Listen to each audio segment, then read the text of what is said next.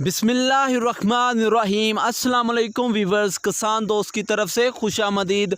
आज मैं घनों के जज्जा तहसील डस्का नदीम डेयरी फार्म पर मौजूद हूँ, जो 25 साल से डेयरी फार्मिंग कर रहे हैं। इनके 25 साल तजर्बे से फ़ायदा उठाएंगे और डेयरी फार्मिंग के हवाले से इंतहाई दिलचस्प मालूमात शेयर करेंगे। वीडियो नहायत मुफीद होगी, एंड तक ज़रूर देखिएगा, इंशाअल्लाह आपको फ़ायदा ज़रूर होगा। तो चलिए करते हैं बात नदीम साहब से। अस्सलाम वालेकुम। वालेकुम सलाम। नदीम साहब की हाल है ਤੁਹਾਡਾ? ठीक ठाक, अल्लाह का शुक्र, बिल्कुल खैर की। ਅੱਛਾ, ਪਹਿਲਾਂ ਤੇ ਦੱਸੋ ਕਿ ਤੁਸੀਂ ਕਿਹੜੇ ਇਲਾਕੇ ਨਾਲ ਤਾਲੁਕ ਰੱਖਦੇ ਹੋ? मेरा सारा घनों के जज्जा तहसील डस्का किला कलर वाला पिंड है, इत्थों का मैं रहने वाला। ਮਾਸ਼ਾਅੱਲਾ। ਇਹ ਦੱਸੋ ਕਿ ਮੱਝਾਂ ਦਾ ਕਾਰੋਬਾਰ ਕਿੰਨੇ ਸਾਲਾਂ ਤੋਂ ਕਰਦੇ ਹੋ? मैं तकरीबन अपना बचपन तो जो मैं होश संभाली उस तो ला के मझां का ही कारोबार कर रहा। ਅੱਛਾ, ਮੱਝਾਂ ਦੇ ਚਾਹਣ ਵਾਲੇ ਹੋ, ਮੱਝਾਂ ਦੇ ਆਸ਼ਿਕ ਹੋ। बिल्कुल मझां ਅੱਛਾ, दा काम। ਸ਼ੁਰੂ ਤੋਂ ਲਾ ਕੇ ਅੱਜ ਤੱਕ ਮੱਝਾਂ ਦਾ ਤੁਸੀਂ ਮਾਸ਼ਾਅੱਲਾ ਵਾਵਾ ਸਾਰਾ ਤੁਹਾਡੇ ਕੋਲ ਐਕਸਪੀਰੀਅੰਸ ਹੈ। जी बिल्कुल। ਤੁਹਾਡੇ ਨਜ਼ਦੀਕ ਪਾਕਿਸਤਾਨ ਦੇ ਵਿੱਚ ਟੌਪ ਦੀ ਮੱਝ ਕਿਹੜੀ ਨਸਲ ਦੀ ਹੈ? ਸਾਡੇ ਮੇਰੇ ਦੇ ਵਿੱਚ ਆਪਣਾ ਉਕਾੜੇ ਦੀਆਂ ਰਾਵੀ ਨੀਲੀ ਦੀਆਂ ਮੱਝਾਂ ਜਿਹੜੀਆਂ ਬਹੁਤ ਉਹ ਦੁੱਧ ਚੰਗਾ ਦਿੰਦੀਆਂ ਨੇ। ਹਾਂਜੀ, ਖਾਸ ਉਕਾੜੇ ਦੀਆਂ ਜਿਹੜੀਆਂ ਬਾਰ ਦੀਆਂ ਜਿਹਨਾਂ ਨੂੰ ਅਸੀਂ ਆਨੇ ਨਾ, ਜੀ ਜੀ। ਉਹ ਮੱਝਾਂ ਚੰਗੀਆਂ। ਅੱਛਾ, ਉਕਾੜੇ ਦਾ ਨਦੀਮ ਸਾਹਿਬ ਅੱਗੇ ਵੀ ਸਾਡੇ ਫਾਰਮਰ ਸਾਨੂੰ ਦੱਸਦੇ ਨੇ, ਉਕਾੜੇ ਦੀ ਖਾਸ ਖੂਬੀ ਵਜ੍ਹਾ ਸ਼ੋਹਰਤ ਕੀ ਹੈ? ਹਿਸਾਬ ਦੀਆਂ ਮੱਝਾਂ ਲੱਭਦੀਆਂ ਜਾਂ ਨਸਲੀ ਮੱਝਾਂ ਲੱਭਦੀਆਂ ਨੇ? ਨਸਲੀ ਮੱਝਾਂ ਲੱਭਦੀਆਂ, ਉਹਨਾਂ ਦਾ ਸੂਆ ਬਹੁਤ ਲੰਬਾ ਹੁੰਦਾ ਹੈ, ਉਹ ਬਹੁਤ ਦੇਰ ਤੱਕ ਦੁੱਧ ਦਿੰਦੀਆਂ ਨੇ। ਇਹ ਖੂਬੀਆਂ ਇਹਨਾਂ ਦੀ। ਹਾਂਜੀ। ਤੇ ਇਹਨਾਂ ਦੇ ਰੇਟ ਵੀ ਵਾਵਾ ਸਾਰੇ ਹੁੰਦੇ ਨੇ ਕਿ ਰੇਟ ਹਿਸਾਬ ਦੇ ਹੁੰਦੇ ਨੇ? ਰੇਟ ਉਹੀ ਹੁੰਦੇ ਨੇ ਜਿਹੜੇ ਹੁੰਦੇ ਨੇ, ਦਿਲ ਕਰੇ ਇੱਧਰ ਵੀ ਉਹੀ ਰੇਟ ਹੋਏ, ਉੱਧਰ ਵੀ ਉਹੀ ਰੇਟ ਹੋਏ, ਮੱਝ ਉਹਨੇ ਦੀ ਹੋਏ, ਲੇਕਿਨ ਉੱਧਰ ਦੀ ਮੱਝ ਜਿਹੜੀ ਦੁੱਧ ਇੱਧਰ ਨਾਲੋਂ ਕਦਰੇ ਜ਼ਿਆਦਾ ਦਿੰਦੀ ਹੈ। ਅੱਛਾ, ਉਕਾੜੇ ਅਗਰ ਕੋਈ ਬੰਦਾ ਮੱਝਾਂ ਲੈਣ ਜਾਏ ਤੇ ਉਹਨੂੰ ਉਕਾੜੇ ਦੇ ਵਿੱਚ ਮੱਝਾਂ ਲੈਣ ਦਾ ਤਰੀਕਾ ਵੀ ਦੱਸੋ, ਮਤਲਬ ਕੀ ਤਰੀਕਾ ਉੱਥੋਂ ਮੱਝਾਂ ਲੈਣ ਦਾ? ਤਰੀਕਾ ਇਹ ਹੀ, ਉੱਥੇ ਮੰਡੀ ਵੀ ਲੱਗਦੀ ਏ ਤੇ ਅੱਛਾ। ਫਿਰ ਤੁਰ ਕੇ ਵੀ ਬੰਦਾ ਲੈ ਸਕਦਾ ਹੈ। ਫੇਰੇ ਤੋਰੇ ਨੂੰ ਬਿਹਤਰ ਕਹੋਗੇ ਜਾਂ ਮੰਡੀ ਨੂੰ ਬਿਹਤਰ ਕਹੋਗੇ? ਮੇਰੇ ਹਿਸਾਬ 'ਚ ਉੱਥੇ ਆਪਣਾ ਲਵੇ ਨਾ ਬੰਦਾ, ਆਪਣਾ ਹਵੇਲੀਆਂ ਦੇ ਵਿੱਚੋਂ ਲਵੇ ਮੱਝ, ਉਹ ਬਿਹਤਰ ਰਹੇਗੀ, ਕਿਉਂਕਿ ਚੋ ਆ ਕੇ ਗਰੰਟੀ ਬੰਦਾ ਗਰੰਟੀ ਹੋ ਤਸੱਲੀ ਨਾਲ ਕਰ ਲੈਂਦਾ। ਮੰਡੀ ਦੇ ਵਿੱਚ ਧੋਖਾ ਸ਼ੋਖਾ ਵੀ ਹੋ ਜਾਂਦਾ ਹੈ। ਜੀ ਜੀ ਜੀ। ਅੱਛਾ, ਮੰਡੀਆਂ ਦੇ ਵਿੱਚ ਜਿਹੜੇ ਫਰਾਡ ਹੁੰਦੇ ਨੇ, ਜੀ। ਉਹ ਕੀ ਹੁੰਦਾ ਹੈ ਕਿ ਜਾਨਵਰ ਦੇ ਪਿੱਛੇ ਜਾਂ ਨਕਲੀ ਲਾ ਛੱਡਦੇ ਨੇ? ਬਿਲਕੁਲ ਲਾ ਛੱਡਦੇ ਨੇ। ਇਹ ਧੋਖਿਆਂ ਕੋਲੋਂ ਬਚਣ ਦਾ ਕੋਈ ਤਰੀਕਾ ਵੀ ਦੱਸੋ। ਇਹੋ ਹੀ ਤਰੀਕਾ ਹੈ ਇਹਦਾ ਕਿ ਮਾਲ ਮੰਡੀ 'ਚੋਂ ਘੱਟ ਖਰੀਦਣਾ ਚਾਹੀਦਾ ਹੈ। ਪਿੰਡਾਂ ਦੇ ਵਿੱਚੋਂ ਛੋਟੀਆਂ ਜਿਹੜੇ ਨਾ ਆਪਣਾ ਜ਼ਿਮੀਂਦਾਰ, ਇਹਨਾਂ ਕੋਲ ਸਗੋਂ ਮੱਝ ਖਰੀਦਣੀ ਚਾਹੀਦੀ ਹੈ। ਇਹਨਾਂ ਕੋਲ ਖਰੀਦਣੀ ਚਾਹੀਦੀ ਹਾਂਜੀ ਹੈ। ਬਿਲਕੁਲ। ਅੱਛਾ, ਫਰਜ਼ ਕਰੋ ਮੈਂ ਨਵਾਂ ਬੰਦਾ ਮੱਝਾਂ ਦਾ ਕਾਰੋਬਾਰ ਕਰਨਾ ਚਾਹੁੰਦਾ, ਮੈਂ ਜੋ ਖਰੀਦਦਾਰੀ ਕਰਨ ਜਾਵਾਂਗਾ ਤਾਂ ਮੈਨੂੰ ਆਪਣੇ ਨਾਲ ਕੋਈ ਸਿਆਣਾ ਬੰਦਾ ਲੈ ਕੇ ਜਾਣਾ ਚਾਹੀਦਾ? ਬਿਲਕੁਲ ਲੈ ਕੇ ਜਾਣਾ ਚਾਹੀਦਾ। ਠੀਕ ਹੈ। ਅੱਛਾ, ਇਹ ਦੱਸੋ ਕਿ ਮੱਝ ਕਿਹੜੇ ਸੂਏ ਦੀ ਲੈਣਾ ਬਿਹਤਰ ਰਹਿੰਦੀ ਹੈ? ਜੀ, ਮੱਝ ਸੂਏ ਤੇ ਤਕਰੀਬਨ ਅਸੀਂ ਤਾਂ ਜ਼ਿਆਦਾ ਪਹਿਲਾਂ ਨਹੀਂ ਪਸੰਦ ਕਰਨੇ ਆ। Very good. ਪਹਿਲਾਂ ਨੂੰ ਜ਼ਿਆਦਾ ਲੋਕ ਪਹਿਲਾਂ ਨੂੰ ਪਸੰਦ ਜ਼ਿਆਦਾ ਕਰਦੇ ਤਰਜੀਹ ਦਿੰਦੇ ਆ, ਨੇ। ਠੀਕ ਹੈ ਇਸ ਵਾਸਤੇ ਕਿ ਉਹ ਸੂਆ ਦੋ ਚੁੰਗ ਲਵੋ ਜੀ। ਤੇ ਫਿਰ ਵੀ ਕੀ ਮਸ਼ਵਰਾ ਦਿੰਦੇ ਹੋ ਕਿ ਅਗਰ ਕੋਈ ਬੰਦਾ ਮੱਝਾਂ ਦਾ ਕਾਰੋਬਾਰ ਕਰਨਾ ਚਾਹੁੰਦਾ ਹੈ, ਕਿੰਨੀਆਂ ਕੁ ਮੱਝਾਂ ਤੋਂ ਇਹ ਕਾਰੋਬਾਰ ਸਟਾਰਟ ਕਰਨਾ ਚਾਹੀਦਾ ਹੈ? ਮੱਝਾਂ ਤੇ ਦੇਖੋ, ਇਹ ਆਪਣਾ ਹੁਣ ਸਾਡੇ ਕੋਲ ਹੈ 20 ਕੁ ਡੰਗਰ ਹੈ ਨੇ ਤਕਰੀਬਨ, ਜੀ।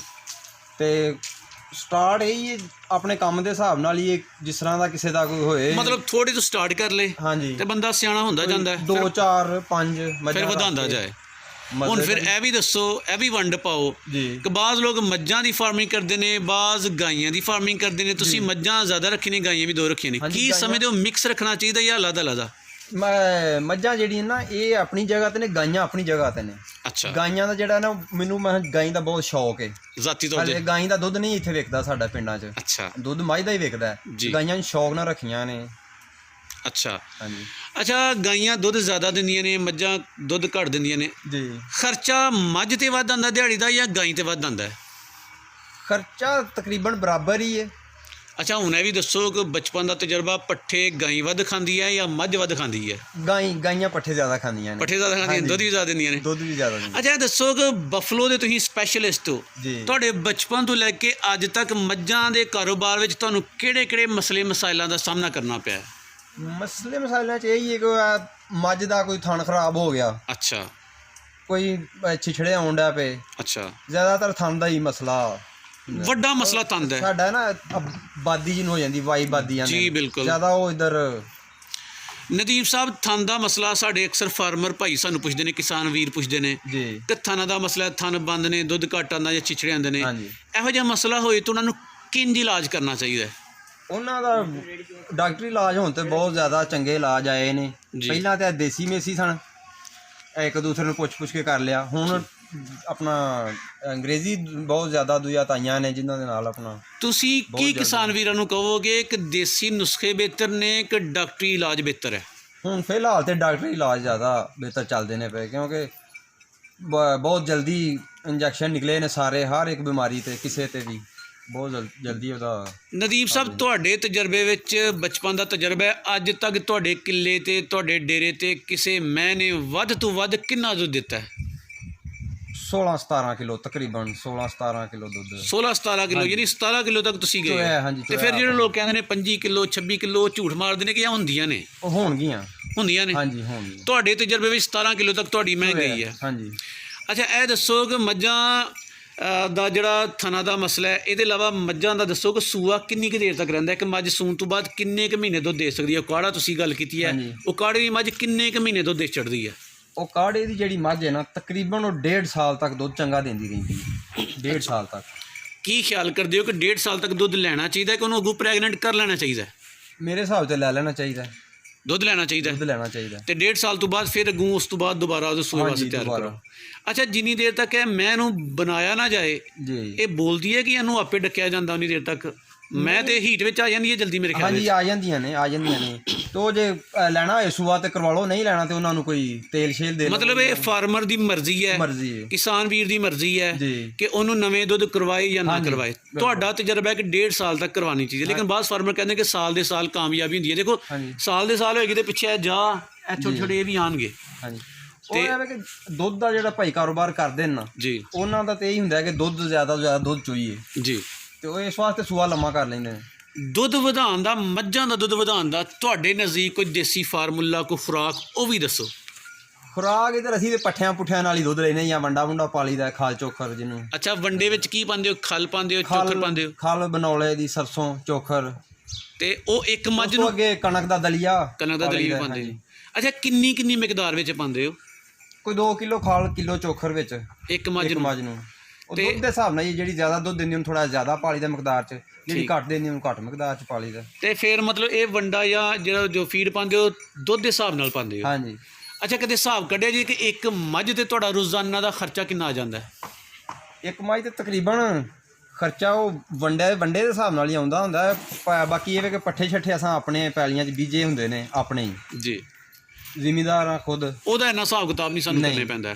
ਅੱਛਾ ਨਦੀਮ ਸਾਹਿਬ ਦੱਸੋ ਕਿ ਸਾਡੇ ਕਿਸਾਨ ਭਾਈ ਮਹਿੰਗਾਈ ਨੂੰ ਬੜਾ ਪਰੇਸ਼ਾਨ ਨੇ। ਮਹਿੰਗਾਈ ਨੇ ਨਾਸਾਂ ਬੰਦ ਕਰ ਛੜੀਆਂ ਨੇ ਜੀ। ਬਿਲਕੁਲ ਦੁੱਧ ਦਾ ਰੇਟ ਘੱਟ ਹੈ ਤੇ ਖਰਚਾ ਵੱਧ ਹੈ। ਹਾਂਜੀ ਬਹੁਤ ਜ਼ਿਆਦਾ। ਇਸ ਮੁਸੀਬਤ ਤੋਂ ਕਿਵੇਂ ਨਿਪਟਿਆ ਜਾਏ? ਇਹ ਤਾਂ ਹੁਣ ਅੱਲਾ ਹੀ ਬਿਹਤਰ ਜਾਣਦਾ ਕਿਵੇਂ ਨਹੀਂ। ਤੁਹਾਡੀ ਕੀ ਸਟ੍ਰੈਟਜੀ ਹੈ ਕਿ ਇੰਨੀ ਮਹਿੰਗਾਈ ਵਿੱਚ ਵੀ ਤੁਸੀਂ ਖੁਸ਼ਬਾਸ਼ ਨਜ਼ਰ ਆ ਰਹੇ ਹੋ ਸਾਨੂੰ ਮਾਸ਼ਾਅੱਲਾ। ਉਹਦਾ ਕੋਈ ਹੱਲ ਦੱਸੋ, ਤਰੀਕਾ ਕੀ ਹੈ? ਕਿ ਦੇਖੋ ਮੱਝਾਂ ਦਾ ਦੁੱਧ ਘੱਟ, ਮਤਲਬ ਰੇਟ ਘੱਟ ਨੇ, ਖਰਚਾ ਮਹਿੰਗਾਈ ਵੱਧ ਹੈ, ਕੀ ਖਿਆਲ ਕਰਦੇ ਕਿ ਫਿਰ ਵੀ ਕਿਸਾਨ ਭਾਈ ਪ੍ਰੋਫਿਟ ਵਿੱਚ ਜਾ ਰਹੇ ਨੇ ਜਾਂ ਨੁਕਸਾਨ ਵਿੱਚ ਜਾ ਰਹੇ ਨੇ? ਨਹੀਂ ਪ੍ਰੋਫਿਟ ਤੇ ਨਹੀਂ ਹੈ ਕੋਈ ਵੀ, ਤਕਰੀਬਨ ਬਰਾਬਰ ਹੀ ਕੰਮ ਹੈ। ਅੱਛਾ ਦੁੱਧ ਦਾ ਰੇਟ ਜਿਹੜਾ ਬਹੁਤ ਸਲੋ ਹੈ। ਅਸੀਂ ਹੁਣ ਇੱਥੇ ਤਕਰੀਬਨ 70-80 ਰੁਪਏ ਦੁੱਧ ਦੇ ਰਹੇ ਹਾਂ। ਅੱਛਾ ਤੁਹਾਡੇ ਕਿਲਾ ਕਲਰ ਵਾਲਾ ਵੀ 70-80 ਰੁਪਏ ਕਿਲੋ ਦੁੱਧ? ਹਾਂਜੀ 70-80। ਤੇ ਬੜਾ ਚੰਗਾ ਨਾ ਹੈ ਕਿ ਤੁਸੀਂ ਆਪਣੀ ਦੁਕਾਨ ਬਣਾਓ ਜੀ, ਉੱਥੇ ਰੇਟ ਜਿਹੜਾ ਨਾ ਤੁਸੀਂ ਦੁੱਧ ਦਾ ਚੰਗਾ ਰੱਖੋ। ਹਾਂਜੀ ਤੁਹਾਡੀ ਆਪਣੀ ਦੁਕਾਨ ਨਹੀਂ ਦੁੱਧ ਹੀ ਲੈ ਕੇ ਜਾਂਦਾ? ਹਾਂਜੀ ਦੁੱਧ ਹੀ ਲੈ ਕੇ ਦੁੱਧ ਜਾਂਦਾ। ਤੇ ਨਦੀਮ ਸਾਹਿਬ ਤੁਹਾਡੇ ਆਲੇ ਦੁਆਲੇ ਜਿਹੜੀ ਆਬਾਦੀ ਹੈ ਘਰਾਂ ਵਿੱਚ ਦੁੱਧ ਦੋ, ਤੇ ਸਾਡੇ ਇਲਾਕੇ ਵਿੱਚ 120-110-100 ਰੁਪਏ ਕਿਲੋ ਦੁੱਧ ਵਿਕਦਾ ਪਿਆ। ਇੱਥੇ ਘਰਾਂ ਵਿੱਚ ਵੀ ਇਸ ਤਰ੍ਹਾਂ ਹੀ ਹੈ, ਤਕਰੀਬਨ 80 ਰੁਪਏ। ਕੀ ਗੱਲ ਹੈ ਤੁਹਾਡੇ ਇਲਾਕੇ ਵਿੱਚ ਮੱਝਾਂ ਵੱਧ ਨੇ? ਸਾਡਾ ਆਪਣਾ ਨਾ ਕਸਬਾ ਛੋਟਾ ਹੈ ਕਿਲਾ ਕਾਲਰ ਵਾਲਾ, ਤੇ ਦੁਆਲੇ ਪਿੰਡ ਬਹੁਤ ਜ਼ਿਆਦਾ ਨੇ, ਇਸ ਵਜ੍ਹਾ ਤੋਂ ਸਾਰੇ ਜ਼ਿਮੀਂਦਾਰ ਲੋਕ ਨੇ ਤੇ ਉਹ ਦੁੱਧ ਦਾ ਹੀ ਜ਼ਿਆਦਾ ਕੰਮ ਸ਼ਾਮ ਹੈ, ਤੇ ਉਹ ਸ਼ਹਿਰ ਛੋਟਾ ਹੈ ਤੇ ਇਸ ਵਜ੍ਹਾ ਦੁੱਧ ਦੀ ਕਦਰ ਨਹੀਂ ਹੈ ਕੋਈ। ਅੱਛਾ ਤੁਹਾਡੇ ਕੋਲ ਮਾਸ਼ਾਅੱਲਾ 20 ਮੱਝਾਂ ਨੇ, ਖੂਬਸੂਰਤ ਮੱਝਾਂ ਨੇ। ਇਹ ਦੱਸੋ ਕਿ 20 ਮੱਝਾਂ ਵਾਸਤੇ ਜਿਹੜੀ ਸਾਰੀ ਤੁਹਾਡੀ ਸ਼ੈੱਡ ਦੀ ਜਗ੍ਹਾ ਕਿੰਨੀ ਕੁ ਹੈ, ਕਿੰਨੇ ਕੁ ਮਰਲੇ ਜੇ? ਤਕਰੀਬਨ ਹੈ ਕੋਈ 7-8 ਮਰਲੇ ਹੋਏਗੀ। 7-8 ਮਰਲੇ? ਹਾਂਜੀ। ਅੱਛਾ ਬਣਾਈ ਵਾਹਵਾ ਪੁਰਾਣੀ ਸੀ ਕਿ ਨਵੀਂ ਕਿਤੇ ਬਣਾਈ ਜੇ? ਇਹ ਆਪਣਾ ਵਾਹਵਾ ਹੀ ਪੁਰਾਣੀ ਹੈ। ਅੱਛਾ ਬਹੁਤ ਦੇਰ ਦੀ। ਇਹ ਦੱਸੋ ਕਿ ਇੰਨੀ ਥੋੜੀ ਜਗ੍ਹਾ ਤੇ ਕਿਵੇਂ ਪੂਰਾ ਦਿਨ ਇਹਨਾਂ ਨੂੰ ਬਾਹਰ ਚਰਾਈ ਵੀ ਕਰਵਾਉਂਦੇ ਹੋ ਜਾਂ ਇੱਥੇ ਇਹਨਾਂ ਨੂੰ ਪੂਰਾ ਦਿਨ ਰੱਖਦੇ ਹੋ? ਨਹੀਂ ਆਪਣਾ ਪੱਠੇ ਛੱਠੇ ਇੱਥੇ ਖਵਾਈਦੇ ਨੇ ਬਾਹਰ ਦੇ ਵਿੱਚ, ਉਧਰ ਬਾਹਰ ਲੈ ਜਾਈਦੇ, ਕੱਚੀ ਜਗ੍ਹਾ ਉੱਥੇ ਬੰਦ ਦੀ। ਬਾਹਰ ਕੰਫਰਟ ਜ਼ੋਨ ਯਾਨੀ ਕੱਚੀ ਜਗ੍ਹਾ ਹੈ, ਉੱਥੇ ਕਿੰਨੀ ਦੇਰ ਰੱਖਦੇ ਹੋ? ਉੱਥੇ ਦਿਨੇ ਉੱਥੇ ਹੀ ਰਹਿੰਦੀਆਂ ਨੇ, ਫਿਰ ਪੱਠੇ ਖਵਾਉਣ ਦੇ ਟਾਈਮ ਇੱਥੇ ਲਾਈ ਦੀਆਂ। ਅੱਛਾ ਨਦੀਪ ਸਾਹਿਬ ਸਵੇਰ ਤੋਂ ਲੱਗ ਕੇ ਸ਼ਾਮ ਤੱਕ ਤੁਹਾਡੇ ਜਾਨਵਰਾਂ ਦੀ ਰੂਟੀਨ ਕੀ ਹੈ? ਮਸਲਾ ਸਾਰੇ ਦਿਨ ਵਿੱਚ ਇਹਨਾਂ ਨੂੰ ਚਾਰਾ ਕਿਸ ਟਾਈਮ ਪਾਉਂਦੇ ਹੋ, ਧਾਰ ਕਿਸ ਟਾਈਮ, ਸਾਰੀਆਂ ਗੱਲਾਂ ਦੱਸੋ ਸਵੇਰ ਤੋਂ ਲੈ ਕੇ ਸ਼ਾਮ ਤੱਕ ਦੀਆਂ। ਇਹਨਾਂ ਨੂੰ ਚਾਰਾ ਅਸੀਂ ਨਾ ਪਾਉਂਦੇ ਆ ਪਿਛਲੇ ਟਾਈਮ 2 ਵਜੇ 1:30 ਤੋਂ 2 ਵਜੇ ਤਕਰੀਬਨ। ਠੀਕ ਹੈ। 4 ਵਜੇ ਅਸੀਂ ਫਿਰ ਧਾਰਾਂ ਕੱਢਣੀਆਂ ਹੁੰਦੀਆਂ ਨੇ। ਠੀਕ ਹੈ। ਉਸ ਤੋਂ ਬਾਅਦ ਇਹਨਾਂ ਨੂੰ ਰੁਝਾ ਕੇ ਜੀ ਤੇ ਪਿਛਾਂ ਬੰਨ ਦਈਦਾ, ਕੁਛ ਉੱਤੇ ਵੀ ਰਹਿੰਦੀਆਂ ਨੇ ਪੱਠਿਆਂ ਦੇ। ਉਸ ਤੋਂ ਬਾਅਦ ਸਵੇਰ ਫਿਰ ਦੁਬਾਰਾ ਇਹਨਾਂ ਨੂੰ ਚਾਰਾ ਵੀ ਪਾਈਦਾ, 4 ਵਜੇ ਸਵੇਰ ਫਿਰ ਚੁਆਈ ਕਰੀਦੀ ਇਹਨਾਂ ਨੂੰ। ਅੱਛਾ, ਕਿੰਨੇ ਬੰਦੇ ਇਹ 20 ਜਾਨਵਰਾਂ ਨੂੰ ਸੰਭਾਲਦੇ ਹੋ? ਅਸੀਂ ਹੈ ਵਾ ਕੋਈ 2-3 ਬੰਦੇ ਆ। ਘਰ ਦੀ ਸੰਭਾਲਦੇ ਜਾਂ ਕੋਈ ਮੁਲਾਜ਼ਮ ਰੱਖਿਆ ਜੀ? ਹਾਂਜੀ, ਇੱਕ ਮੁਲਾਜ਼ਮ ਹੈ ਨਾਲ। ਇੱਕ ਮੁਲਾਜ਼ਮ ਰੱਖਿਆ ਹੈ। ਅੱਛਾ, ਕਿੰਨੀ ਕੁ ਜ਼ਮੀਨ ਦੇ ਚਾਰੇ ਵਾਸਤੇ, ਪੱਠਿਆਂ ਵਾਸਤੇ? ਪੱਠਿਆਂ ਵਾਸਤੇ ਹਾਂਜੀ, ਜ਼ਮੀਨ ਤਕਰੀਬਨ ਹੈ ਕੋਈ 20 ਏਕੜ ਸਾਰੀ, ਤੇ ਉਹਦੇ ਵਿੱਚੋਂ ਚਾਰਾ ਜਿੰਨਾ ਜ਼ਰੂਰਤ ਹੋਏ ਉਹਦੇ ਮੁਤਾਬਕ ਗੱਲ। ਮਤਲਬ ਉਹ ਸਾਰੀ ਰਾਹ ਦੀ ਜ਼ਰੂਰਤ ਨਹੀਂ ਜੀ। 4-5 ਕਿੱਲੇ ਹੋਏ ਤੇ 20 ਮੱਝਾਂ ਦਾ ਗੁਜ਼ਾਰਾ ਹੋ ਜਾਂਦਾ? ਹਾਂਜੀ, ਹੋ ਜਾਂਦਾ। ਹੁਣ 6 ਕਿੱਲੇ ਪੱਠੇ ਬੀਜੇ ਨੇ ਡੰਗਰਾਂ ਵਾਸਤੇ। Very good. ਅੱਛਾ, ਇਹ ਦੱਸੋ ਕਿ ਜਿਹੜੇ ਕਿਸਾਨ ਵੀਰ ਡੇਅਰੀ ਫਾਰਮਿੰਗ, ਮੱਝਾਂ ਦੀ ਫਾਰਮਿੰਗ ਸਟਾਰਟ ਕਰਨਾ ਚਾਹੁੰਦੇ ਨੇ, ਤੁਸੀਂ ਮਤ ਮਸ਼ਵਰਾ ਕੀ ਦਿਓਗੇ? ਉਹਦਾ ਇਹ ਵੀ ਕਿ ਜਿਹੜੇ ਨਵੇਂ ਸਿਰੇ ਸਟਾਰਟਿੰਗ ਕਰਨਾ ਜੀ, ਜਿਹੜੇ ਤੁਹਾਨੂੰ ਵੇਖਦੇ ਪਏ ਨੇ ਔਰ ਸਾਡੇ ਬੇਸ਼ੁਮਾਰ ਪਾਕਿਸਤਾਨੀ ਬੱਚੇ ਸਾਊਦੀ ਅਰਬ ਬੈਠੇ ਨੇ, ਦੁਬਈ ਬੈਠੇ ਨੇ, ਯੂਰਪ ਵਿੱਚ ਬੈਠੇ ਨੇ, ਉਹ ਤੁਹਾਨੂੰ ਵੇਖ ਕੇ ਇਹ ਕੰਮ ਦਾ ਸ਼ੌਕ ਪੈਦਾ ਹੋ ਰਿਹਾ ਹੈ। ਹਾਂਜੀ, ਉਹਨਾਂ ਨੂੰ ਕੀ ਮਸ਼ਵਰਾ ਦਿਓਗੇ? ਉਹਨਾਂ ਨੂੰ ਇਹ ਮਸ਼ਵਰਾ ਦੇਵਾਂਗੇ, ਕੰਮ ਅੱਛਾ ਹੈ, ਮਾੜਾ ਨਹੀਂ ਹੈ। ਇਹ ਵੀ ਕਿ ਹੁਣ ਚਲੋ ਵਕਤ ਦੇ ਨਾਲ ਹੀ ਹੁਣ ਮਹਿੰਗਾਈ ਬਹੁਤ ਜ਼ਿਆਦਾ ਜਿਵੇਂ ਜੀ, ਇਸ ਵਾਸਤੇ ਕਿ ਹੁਣ ਚਲੋ ਮੁਸ਼ਕਿਲ ਹੈ ਥੋੜੀ ਜੀ ਇਸ ਤਰ੍ਹਾਂ। ਅੱਛਾ, ਮੁਸ਼ਕਿਲ ਕੰਮ ਹੈ ਨਦੀਮ ਸਾਹਿਬ, ਲੇਕਿਨ ਨਫਾ ਬਖਸ਼ ਵੀ ਹੈ। ਹਾਂਜੀ, ਨਫਾ ਹੈ। ਨਦੀਮ ਸਾਹਿਬ, ਤੁਸੀਂ ਆਪਣੇ ਮਾਸੂਮਾਨਾ ਅੰਦਾਜ਼ ਵਿੱਚ ਬੜੀ ਵਧੀਆ ਸਾਰੀਆਂ ਗੱਲਾਂ ਸਾਡੇ ਨਾਲ ਸ਼ੇਅਰ ਕੀਤੀਆਂ ਨੇ। ਤੁਹਾਡੀ ਵਾਹਵਾ ਸਾਰੀ ਮਿਹਰਬਾਨੀ। ਜਜ਼ਾਕੁਮੁੱਲਾਹੁ ਖੈਰਾ। ਅਸਲਾਮੁਅਲੈਕੁਮ।